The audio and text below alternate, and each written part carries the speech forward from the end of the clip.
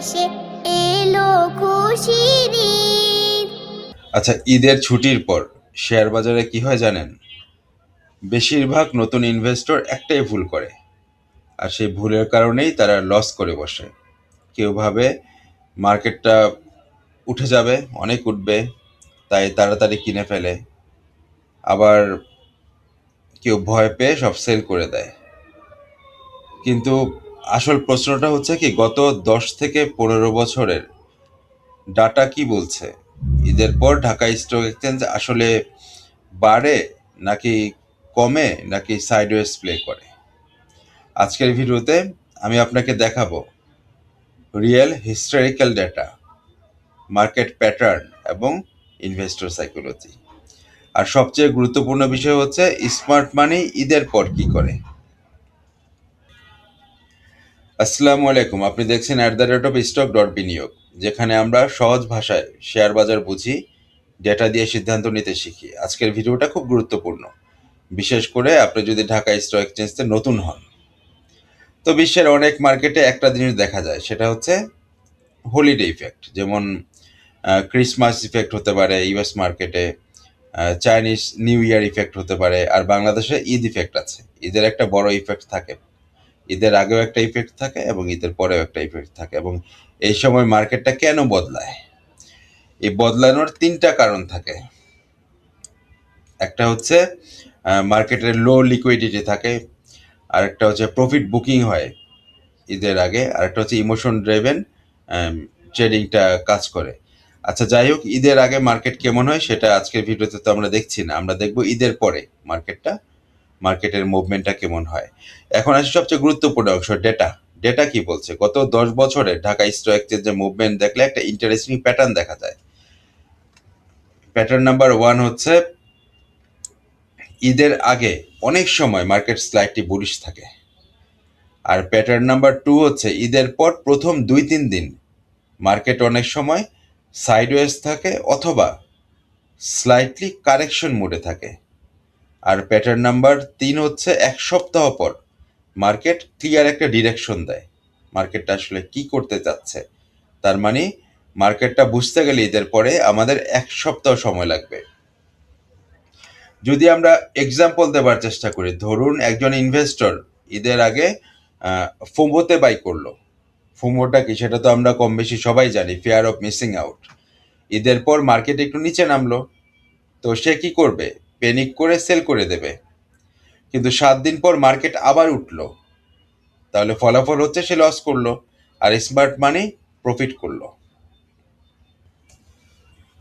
আর মার্কেটটা শুধু ডেটা দিয়ে কিন্তু চলে না, মার্কেট চলে মানুষের মনের উপরে। তো ঈদের পর 3 ধরনের ইনভেস্টর থাকে। একটা হচ্ছে ফোমো বায়ার থাকে, ভাবে মার্কেটটা উঠে যাবে, তো তারা তো যেহেতু মার্কেটটা উঠে যাবে ভাবছে, তাহলে হাই প্রাইসে তারা কিনে ফেলে। আরেক ধরনের ইনভেস্টর থাকে, তারা হচ্ছে ফিয়ার সেলার। একটু নামলেই ঈদের পরে তাদের প্যানিক শুরু হয়ে যায় এবং লসে তারা সেল করে দেয়। আরেক ধরনের ইনভেস্টর থাকে, তারা হচ্ছে স্মার্ট ইনভেস্টর। তারা ওয়েট করবে, তারা কনফার্মেশন দেখবে এবং তারপর এন্ট্রিটা নেবে। তো মার্কেটে যারা ইমোশন দিয়ে ট্রেড করে, তারা সবসময় স্মার্ট মানি এর লিকুইডিটি হয়ে যায়। স্মার্ট মানি তাদেরকে তাদের লিকুইডিটি হিসেবে ব্যবহার করে। তো স্মার্ট মানি কি করে ঈদের পরে? তারা যে কাজটা করে, মার্কেট ওপেন হওয়ার পর সাথে সাথে ট্রেড করে না। প্রথম 2-3 দিন তারা অবজার্ভ করবে মার্কেটটাকে, তারা ভলিউম দেখবে, ট্রেন্ড দেখবে, তারপর এন্ট্রি নেবে। ধরুন মার্কেট ঈদের পর 2% কারেকশন হলো বা নিচে নেমে গেল, তাহলে রিটেলাররা প্যানিক সেল দেবে, স্মার্ট মানি আস্তে আস্তে বাই করবে। এরপর মার্কেট বাউন্স করলে স্মার্ট মানি প্রফিট তুলে নেবে, আর রিটেল ইনভেস্টররা তখন কেনা শুরু করবে।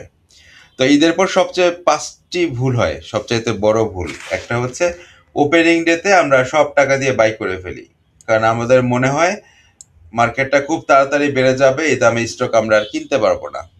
আর রিউমারের একটা ব্যাপার তো থাকেই, যেমন হোয়াটসঅ্যাপ গ্রুপ, ফেসবুক, রিউমার ছড়ানো হবে, ভয়ঙ্কর একটা ব্যাপার। রিউমারটাকে আমরা ফলো করি, আর একটা হচ্ছে ওভার ট্রেড করি, দেন হচ্ছে স্টপ লস ফলো করি না। লাস্টলি যে প্রবলেমটা আমাদের হয়, ইমোশনাল ডিসিশনটা আমরা নেই, এখান থেকে আমরা বের হতে পারি না। তো আপনি কি কখনো এমন করেছেন মার্কেট খুলতেই বাই করে ফেলেছেন সব টাকা দিয়ে, তারপর কেনার পর দেখছেন প্রাইসটা কমছে? তাহলে আপনি কিন্তু একা নন।